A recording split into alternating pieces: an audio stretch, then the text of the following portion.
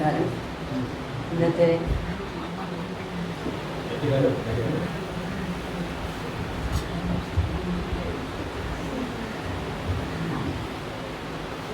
ഇന്നത്തെ നമ്മുടെ വിഷയം മലയാളത്തിൻ്റെ ശ്ലോക പാരമ്പര്യം എന്നാണ്. മലയാള ഭാഷയെ പ്രോത്സാഹിപ്പിക്കുക അല്ലെങ്കിൽ മലയാള ഭാഷയ്ക്ക് കൂടുതൽ പൊതുജനങ്ങൾക്കിടയിൽ അല്ലെങ്കിൽ പുതിയ തലമുറയ്ക്കിടയിൽ കൂടി കൂടുതൽ സ്വാധീനമുണ്ടാക്കുക എന്നത് ഇന്നത്തെ കാലത്തിൻ്റെ ഒരു അനിവാര്യമായിട്ടുള്ള കാര്യമായിട്ടാണ് നമുക്ക് തോന്നുന്നത്.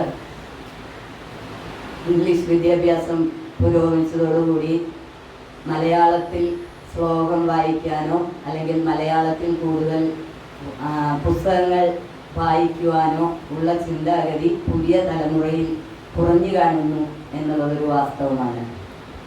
അപ്പോൾ അങ്ങനെയുള്ളൊരു സാഹചര്യത്തിൽ തീർച്ചയായിട്ടും നമ്മുടെ ശ്ലോക പാരമ്പര്യത്തിനെ, പ്രത്യേകിച്ച് മലയാള ശ്ലോകത്തിൻ്റെ പാരമ്പര്യത്തിനെ നമ്മൾ എന്ത് വില കൊടുത്തും കാത്തു രക്ഷിക്കണം എന്നുള്ളത് വളരെ തീർച്ചപ്പെടുത്തേണ്ട അല്ലെങ്കിൽ വളരെ നിശ്ചയത്തോടു കൂടി ചെയ്യേണ്ട ഒരു കാര്യം തന്നെയാണ്. നമുക്കിവിടെ ശ്ലോക പാരമ്പര്യത്തിനെ കുറിച്ച് വളരെ വിസ്തരിച്ച് ആ കാലഘട്ടത്തിൻ്റെ പാരമ്പര്യം, ഉൽപ്പത്തി, അതിനെക്കുറിച്ചെല്ലാം വളരെ വിസ്തരിച്ച് പ്രഭാഷണം നടത്തുന്നതിന് നമുക്ക് വസന്തമാഷുണ്ട്.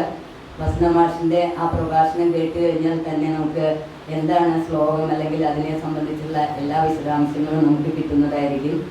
അപ്പോൾ ഞാൻ ആ തലങ്ങളിലേക്കൊന്നും ഞാൻ കടക്കുന്നില്ല. ഞാനൊരു ചെറിയ ശ്ലോകം മുൻപ് UP സ്കൂളിലൊക്കെ പഠിക്കുമ്പോൾ അവിടെ പ്രയർ ചൊല്ലാനായിട്ട് വിളിച്ചിരുന്നു. അപ്പം അന്ന് വലിയ വിറയലൊന്നുമില്ലാത്ത ഏതെങ്കിലും കുട്ടികളെ കൊണ്ട് ഒരു പ്രാർത്ഥന പഠിച്ച് അത് ചൊല്ലൂ എന്ന് പറയുന്ന ഒരു രീതിയായിരുന്നല്ലോ. അപ്പം അന്ന് ചൊല്ലി പഠിച്ചത്, അതിനെക്കുറിച്ച് വേറെ ഒന്നും അറിഞ്ഞിട്ടല്ല പഠിച്ചത്. പക്ഷെ അന്ന് അത് ചൊല്ലി പ്രയർ ചൊല്ലിയിട്ടുള്ള ആ ശ്ലോകം എന്താണെന്നും ആരാണ് എഴുതിയത് എന്നൊന്നും അന്നൊന്നും അറിയണ്ടായിരുന്നില്ല. പിന്നീടാണ് അതൊക്കെ മനസ്സിലായത്. ആ ഒരു ശ്ലോകത്തിനെ നമ്മുടെ ആ ഒരു ഓർമ്മയിൽ നിന്ന് എടുത്ത് ആ ഒരു ശ്ലോകത്തിനെ ഒന്ന് അവതരിപ്പിച്ചു കൊണ്ട് തുടങ്ങാം. 51 അക്ഷരാളി കലിതനുലകെ വേദമാകുന്ന ശാഖി കൊമ്പത്തമ്പോട് പൂക്കും കുസുമതതിയിലേന്തുന്ന പൂന്തേൻ കുഴമ്പേ ചെമ്പൽത്താർ ബാണഡംബ പ്രശമന സുഹൃതോ പാത്ത സൗഭാഗ്യലക്ഷ്മി സമ്പത്തെ കുമ്പിടുന്നേൻ കടലിന വലയാധീശ്വരി വിശ്വനാഥേ. അന്നിത് വൈകാത്തി ഇത് ചൊല്ലി എന്നല്ലാതെ എന്താ ഏതാണെന്നൊന്നും അറിയണ്ടായിരുന്നില്ല. പിന്നീടാണ് ഇത് ആരാണ് എഴുതിയത്, അതുപോലെ അതിൻ്റെ പ്രസക്തി എന്താണ്, അതിനെക്കുറിച്ചുള്ള കാര്യങ്ങളെല്ലാം കിട്ടിയത്. അപ്പം അതുകൊണ്ട് തന്നെയാണ് ഇന്ന് ഈ ശ്ലോകത്തിൻ്റെ ഈ സദസ്സിൽ ഒരു ചെറിയ ശ്ലോകം പറഞ്ഞിട്ട് തുടങ്ങാം എന്ന് വിചാരിച്ചത്. പിന്നെ നമുക്കറിയാവുന്നതാണ് മലയാളത്തിൻ്റെ ജന്മം എന്ന് പറയുന്നത് ആദ്യ കാലഘട്ടങ്ങളിലെ സംസ്കൃതം, അതുപോലെ തന്നെ ദ്രാവിഡ ഭാഷകൾ, അങ്ങനെ പലരും മിക്സായിട്ട് ഒറിജിനൽ മലയാളം എന്നുള്ള രീതിയിലല്ല പല ശ്ലോകങ്ങളും നമുക്കിവിടെ ഉണ്ടായിട്ടുള്ളത്. അധികം സംസ്കൃത ശ്ലോകങ്ങളായിരുന്നു. അല്ലെങ്കിൽ മലയാളം ഉണ്ടെങ്കിൽ തന്നെയും അതിൽ സംസ്കൃതത്തിൻ്റെ സ്വാധീനം വളരെ ഏറെ ഉള്ള ഒരു കാലഘട്ടമായിരുന്നു. പിന്നെ നമ്മുടെ ഈ മണിപ്രവാള ശാഖ, അതിനെക്കുറിച്ചൊക്കെ വളരെ വിസ്തരിച്ചുള്ള സാർ പറയുന്നുണ്ടാവും. മണിപ്രവാളം എന്താണ്, അല്ലെങ്കിൽ മണിപ്രവാള ശാഖ ആ രീതിയിൽ എങ്ങനെയാണ് നമ്മുടെ ശ്ലോക പാരമ്പര്യം വളർന്നിട്ടുള്ളത്, അതിനെക്കുറിച്ചൊന്നും ഞാൻ വിസ്തരിച്ച് പോകുന്നില്ല. എന്നാൽ അതേസമയം നമ്മളുടെ ഈ ശ്ലോകം കവിതയും തമ്മിൽ ഞാൻ മനസ്സിലാക്കിയിട്ടുള്ള ചെറിയൊരു വ്യത്യാസം എന്ന് പറയുന്നത്, എനിക്ക് കൃത്യമാണോ എന്നറിയില്ല എങ്കിലും അത് പറയുകയാണ്. അതായത് ശ്ലോകം എന്ന് പറയുന്നത് നമ്മളിപ്പം വലിയ തോതിൽ വൃത്തഭംഗിയോ അല്ലെങ്കിൽ അലങ്കാരമോ അങ്ങനെയുള്ളതൊന്നും വേണ്ട, വളരെ പെട്ടെന്ന് ഉണ്ടാക്കാവുന്ന അല്ലെങ്കിൽ എഴുതാവുന്ന ഒന്നായിട്ടാണ് തോന്നിയിട്ടുള്ളത്. അത് പല രാജാക്കന്മാരുടെയും മന്ത്രിമാരായിട്ടിരിക്കുന്നവരും അതുപോലെ രാജസദസ്സിലുള്ളവരും അവതരിപ്പിക്കുന്ന വളരെ പെട്ടെന്ന് സൃഷ്ടിച്ചെടുക്കാവുന്ന ഒരു സംഗതിയാണ് ശ്ലോകമെന്നും കവിത കുറച്ചും കൂടി വൃത്തവും ഘടനയും ഒക്കെ ഉള്ള ഒന്നായിട്ടുമാണ് പുരോഗമിച്ചതെന്നാണ് ഞാൻ മനസ്സിലാക്കിയിട്ടുള്ളത്. നിങ്ങൾക്ക് എന്തായാലും ഈ സെഷൻ കഴിയുമ്പോഴേക്കും അതിനെക്കുറിച്ച് വ്യക്തമായ ധാരണ വരും എന്ന് വിചാരിക്കുക. പിന്നെ അതുപോലെ നമ്മൾ വളരെ പണ്ട് തൊട്ട് തന്നെ കേട്ടിട്ടുള്ളതാണ് പാട്ട് പ്രസ്ഥാനം എന്ന് പറയുന്നത്. പാട്ടുകളുടെ രൂപത്തില് നമ്മളുടെ സമൂഹത്തിനെ നമ്മൾ നോക്കുകയാണെങ്കിൽ തന്നെ ആദ്യം തന്നെ നമുക്ക് കൊയ്യുന്ന സമയത്ത് പാട്ടുണ്ട്, അതുപോലെ തന്നെ വിത്തിറക്കുന്ന സമയത്ത്, അതുപോലെ ഭഗവതി കളത്തിന് ഭഗവതി പാട്ടുണ്ട്, പുള്ളുവൻ പാട്ടുണ്ട്. അങ്ങനെ പാട്ട് എന്ന് പറയുന്നത് നമ്മുടെ ജീവിതവുമായിട്ട് വളരെ ബന്ധപ്പെട്ട് കിടന്നിരുന്നു. എന്തിനും ഏതിനും നമ്മൾ അതിന്റെ വേറെ ഒന്നും നോക്കുന്നില്ല, വളരെ അർത്ഥത്തോടു കൂടി ആ പ്രദേശത്ത് നിലനിൽക്കുന്ന എന്തെങ്കിലും ഒരു ആചാരത്തിനോട് ബന്ധപ്പെട്ടിട്ടാണ് ഒരു പാട്ട് അല്ലെങ്കിൽ ആ പാട്ടുകൾ അവരെ അവതരിപ്പിച്ചിരുന്നത്. വലിയ വിദ്യാഭ്യാസമൊന്നും ഉണ്ടായിരുന്നില്ലെങ്കിലും അവരെ സംബന്ധിച്ച് ആ പാട്ട് പാടി അതിനൊപ്പം തന്നെയാണ് അവർ ഇതെല്ലാം തന്നെ നടത്തിയിരുന്നത്. അപ്പൊ ആ പാട്ട് പ്രസ്ഥാനം നടന്നിരുന്നു. പിന്നെ അത് കഴിഞ്ഞ് നമ്മൾ കലാരൂപങ്ങളിലൂടെ ഇപ്പൊ കൂത്ത്, കൂടിയാട്ടം, ഇങ്ങനെയുള്ള കാര്യങ്ങളില്, പക്ഷെ അതിലെല്ലാം തന്നെ ഇപ്പൊ ചാക്യാര് കൂത്ത് അവതരിപ്പിക്കുന്ന സമയത്ത് നങ്ങിയാര് സംസ്കൃതം കലർന്ന ശ്ലോകമാണ് ചൊല്ലുന്നത്. അപ്പൊ അതിൽ മലയാളം മാത്രമല്ല വരുന്ന സംസ്കൃത ശ്ലോകങ്ങളുടെയും കൂടി സ്വാധീനം വന്ന് നമ്മൾ കണ്ടിരുന്നു. പിന്നെ അത് കഴിഞ്ഞ് എന്നാൽ അതേസമയം അന്നത്തെ പല ശ്ലോകങ്ങളും ഇപ്പൊ ചന്ദ്രോത്സവം അല്ലെങ്കിൽ കോക സന്ദേശം ഇങ്ങനത്തെ ചില കാവ്യങ്ങളിലൂടെ നമുക്ക് പല നേട്ടങ്ങളും ഉണ്ടായിട്ടുണ്ട്. അതായത് ചില സ്ഥലങ്ങളുടെ നിലനിൽപ്പ് പോലും ഈ സന്ദേശ കാവ്യത്തിനെ അടിസ്ഥാനമാക്കിയിട്ടായിരുന്നു. അപ്പൊ കോക സന്ദേശത്തിൽ പറയുന്ന പേരിൽ നിന്നാണ് ഗുരുവായൂർ എന്ന് പറയുന്ന ഗുരുവായൂർ അവിടെ ഉണ്ടായിരുന്നു എന്നുള്ളത് നമുക്ക് മനസ്സിലാവുന്നുണ്ട്. അതുപോലെ ചന്ദ്രോത്സവ കാവ്യം നമ്മൾ എടുത്തു നോക്കുകയാണെങ്കിൽ അതില് ഈ വടക്കുന്നാഥ ക്ഷേത്രത്തിനെ കുറിച്ച് പറയുന്നുണ്ട്. അപ്പൊ അക്കാലത്ത് വടക്കുന്നാഥ ക്ഷേത്രം നിലനിന്നിരുന്നു എന്നുള്ളൊരു സൂചന നമുക്ക് കിട്ടുന്നുണ്ട്.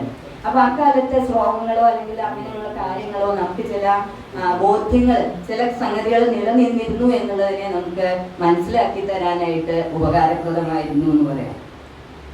പിന്നെ ഈ കൃഷ്ണഗാഥ അല്ലെങ്കിൽ കൃഷ്ണപ്പാട്ട് എന്ന് പറയുന്നത് വളരെ ഭക്തിയോടുകൂടി അല്ലെങ്കിൽ നമുക്ക് വളരെ ഇഷ്ടപ്പെട്ട, ഏതൊരാൾക്കും വായിച്ചാൽ വളരെ ഇഷ്ടപ്പെടുന്ന അല്ലെങ്കിൽ മനസ്സിലാക്കാൻ വളരെ ലളിതമായിട്ടുള്ള ഒന്നായിട്ടാണ് നമുക്ക് മനസ്സിലായിട്ടുള്ളത്. നമ്മളൊക്കെ ചെറുപ്പത്തിൽ ഇതൊക്കെ കേട്ടിട്ടുള്ളതുമാണ്, നമ്മളൊക്കെ വായിച്ചിട്ടുള്ളതുമാണ്. ആ കാലത്ത് ചെറുശ്ശേരി എന്ന് പറയുന്ന ചെറുശ്ശേരി ഏരിയയിലുള്ള കൃഷ്ണഗാഥയാണെങ്കിലും ചെറുശ്ശേരിയുടെ ശരിയായിട്ടുള്ള നാമധേയം എന്താണെന്നുള്ളത് തർക്ക വിഷയമായി തന്നെ തുടരുന്നുണ്ട്. ചെറുശ്ശേരി ഇല്ലമൊന്നും ഉണ്ടോ ഇല്ലയോ എന്നുള്ളതും ആ രീതിയിലാണ്. എന്തോ ആവട്ടെ, ആ ചെറുശ്ശേരി എന്ന് പറയുന്ന ആ കവിയിൽ നിന്ന് നമുക്കുണ്ടായതാണ് കൃഷ്ണഗാഥ എന്ന് പറയാം. കോലത്ത് നാടിലെ ഉദയവർമ്മ എന്ന് പറഞ്ഞ രാജാവിൻ്റെ സജീവനായിരുന്നു ചെറുശ്ശേരി നമ്പൂതിരി. അപ്പോൾ ആ കാലഘട്ടത്തിലെ ഈ രാജാവും ഈ ചെറുശ്ശേരിയും കൂടെ ചതുരംഗം കളിക്കാറുണ്ട്. നമ്മൾ ചെറിയ ക്ലാസ്സിൽ പഠിച്ചിട്ടുണ്ട് അത്. അതായത് ഈ രാജാവ് ചതുരംഗം കളിക്കുന്നതിൻ്റെ ഇടയ്ക്ക് രാജാവിൻ്റെ പത്നി തൊട്ടിലിലെ കുട്ടിയെ ഉറക്കുകയാണ്. അപ്പോൾ ആ ഉറക്കുന്ന സമയത്ത് ഇവിടെ രാജാവ് ചതുരംഗത്തിൽ തോൽക്കും എന്നുള്ളൊരു ഘട്ടം വന്നപ്പോൾ ഇവരത് ഒരു പാട്ട് രൂപത്തിൽ അവതരിപ്പിക്കുകയാണ്. ഉന്തുന്തു ഉന്തുന്തു ഉന്തുന്തു, അത് കേട്ടിട്ടുണ്ടായിരിക്കില്ല അത്. അപ്പൊ അതിൽ നിന്ന് രാജാവിന് ഒരു ഐഡിയ, ഇൻസ്പിറേഷൻ വരികയാണ്. അതായത് ഞാൻ അടുത്ത കാലാളിനെ നീക്കണം എന്നുള്ളത്. അപ്പോൾ ആ രണ്ടു വരിയിലുള്ള ആ ശ്ലോകത്തിന് അല്ലെങ്കിൽ ആ ഈരടിക്ക് എത്ര കണ്ട് അതിനെ സ്വാധീനിക്കാൻ പറ്റി എന്നുള്ളതാണ് നമ്മൾ അതിൽ നിന്ന് മനസ്സിലാക്കേണ്ടത്. പിന്നീട് വന്നു ഭാഷാഗാനങ്ങള്, പൂന്താനത്തിന്റെ പാന. പിന്നെ നമ്മൾ പൊതുവെ പറയുന്നതാണ് ശോകത്തിൽ നിന്നാണ് ശ്ലോകം ഉണ്ടാവുക എന്ന്. അതായത് പൂന്താനത്തിനെ സംബന്ധിച്ച് പൂന്താനത്തിന്റെ കൃതികൾ അധികവും ജന്മം കൊണ്ടത് പൂന്താനത്തിന്റെ പുത്രന്റെ മരണവും കുഞ്ഞു മരിച്ചതിന്റെ ദുഃഖത്തിൽ എഴുതിയിട്ടുള്ളതാണ് എന്നൊക്കെ നമുക്ക് അറിയാവുന്നതാണ്. അപ്പൊ ആ രീതിയിലാണ് പിന്നീട് സ്തോത്രകാവ്യങ്ങൾ വന്നു. അപ്പൊ അങ്ങനെയുള്ള ഓരോ സ്റ്റേജ് ആയിട്ടാണ് ഇതിനെ ഡെവലപ്പ് ചെയ്തിട്ടുള്ളത്. പിന്നെ മഹാകാവ്യങ്ങളുടെ ഇത് വന്നു, രാമചന്ദ്രവിലാസം, മലയാളം എന്നൊക്കെ പറഞ്ഞിട്ട്. പിന്നീടാണ് പച്ച മലയാള പ്രസ്ഥാനം എന്ന് പറയുന്നത് വരുന്നത്. അല്ലെ വെൺമണി മകൻ നമ്പൂതിരിപ്പാടും അച്ഛൻ നമ്പൂതിരിപ്പാടും മകൻ നമ്പൂതിരിപ്പാടും. അതിൽ അച്ഛൻ നമ്പൂതിരിപ്പാടിന്റെയാണ് പൂരപ്രബന്ധം എന്ന് പറയുന്ന ശ്ലോകം. ആ പൂരപ്രബന്ധത്തിലൂടെയാണ് നമുക്ക് തൃശ്ശൂർ പൂരം എന്ന് ആരംഭിച്ചു എന്നും അതുപോലെ അതിന്റെ ആ വർഷം നമുക്ക് കണക്കാക്കാനായിട്ട് ഒരു സൂചന കിട്ടുന്നത് ഈ പൂരപ്രബന്ധത്തിലൂടെയാണ്. അപ്പൊ ആ പൂരപ്രബന്ധവും നമുക്ക് മലയാളികളെ സംബന്ധിച്ച്, പ്രത്യേകിച്ച് തൃശ്ശൂർക്കാരെ സംബന്ധിച്ച് വലിയൊരു സംഭാവന തന്നെയാണ്, അല്ലെങ്കിൽ വലിയൊരു നേട്ടം തന്നെയായിട്ട് കണക്കാക്കാം.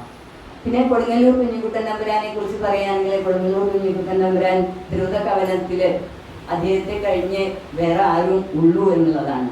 പിന്നെ അനേകം ഉദാഹരണങ്ങൾ പറയുന്നുണ്ട്.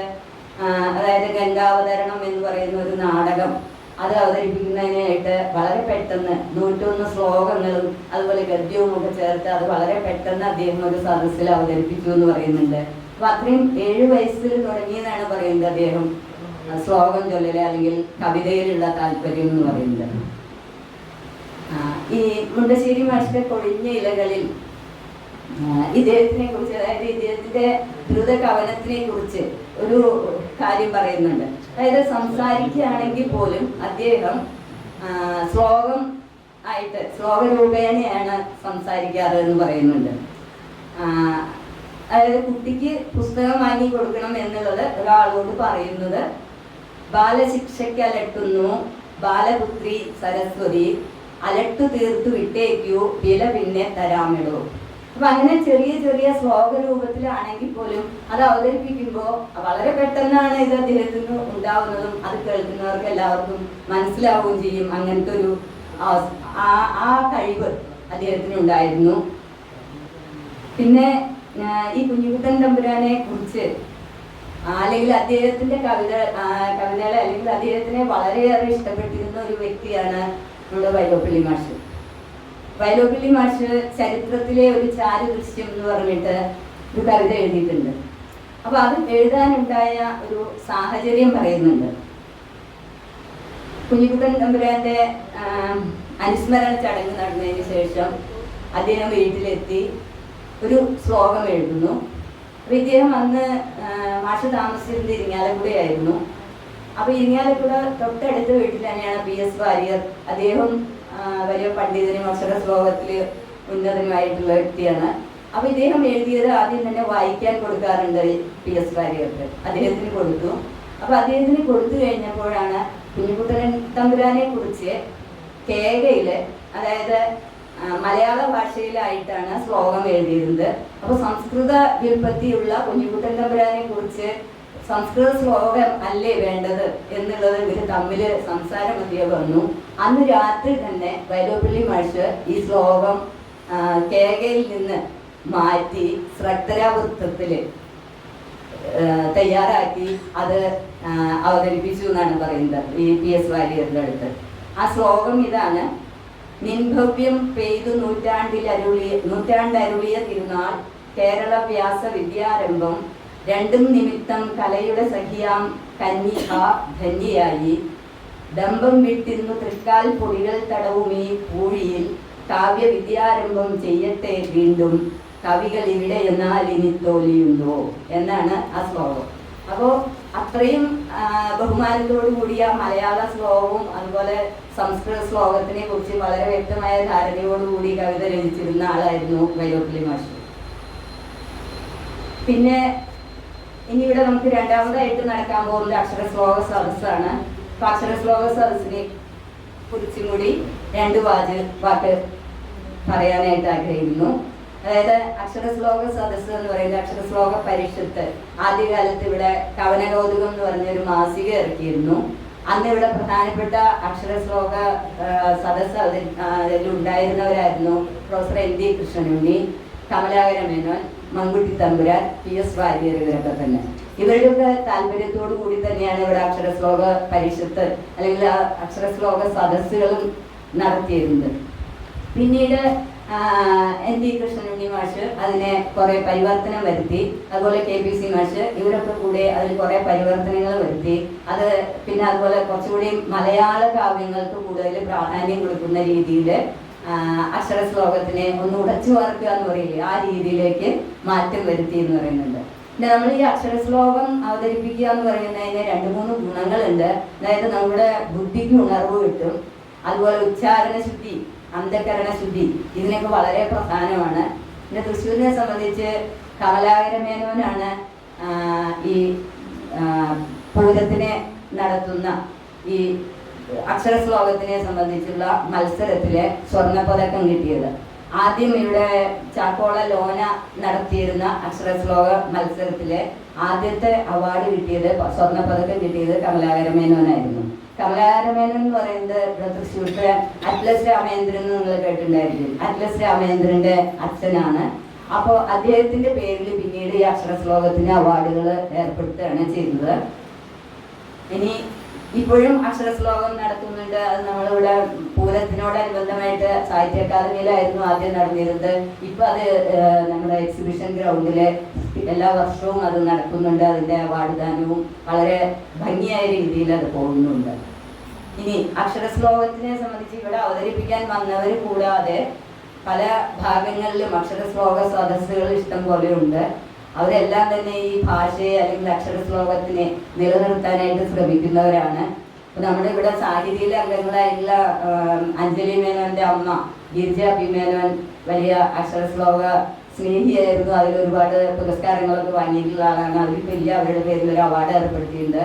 അതുപോലെ ഇവിടുത്തെ പരമേശ്വരൻ സാറ്, നാരായണൻകുട്ടി സാറ്, അതുപോലെ സാഹിത്യയിൽ ഒരുപാട് മെമ്പർമാർ ഇതുപോലെ തന്നെ അക്ഷര ശ്ലോകത്തിനെ പ്രൊമോട്ട് ചെയ്യുന്നവരാണ്. അതുപോലെ നമ്മുടെ ചോലൂർ ഉണ്ണികൃഷ്ണൻ, അരിയന്നൂർ ഉണ്ണികൃഷ്ണൻ, അദ്ദേഹം ഇതുപോലെ അക്ഷര ശ്ലോകം, ഇതുപോലെ പല ഭാഗങ്ങളിലും അക്ഷര ശ്ലോകത്തിന് വളരെയേറെ പ്രചാരം ഇപ്പോഴും തുടരുന്നു എന്നുള്ളത് നമുക്ക് വളരെ സന്തോഷകരമായ കാര്യമാണ്. അപ്പം എന്തായാലും ഇനി നമുക്ക് അടുത്തതായി വസന്തമാസത്തെ ശ്ലോക പാരമ്പര്യം എന്നുള്ളതിനെ സംബന്ധിച്ച് വളരെ വിസ്തരിച്ച് പ്രഭാഷണം നടത്താം. എല്ലാവർക്കും നന്ദി, നമസ്കാരം.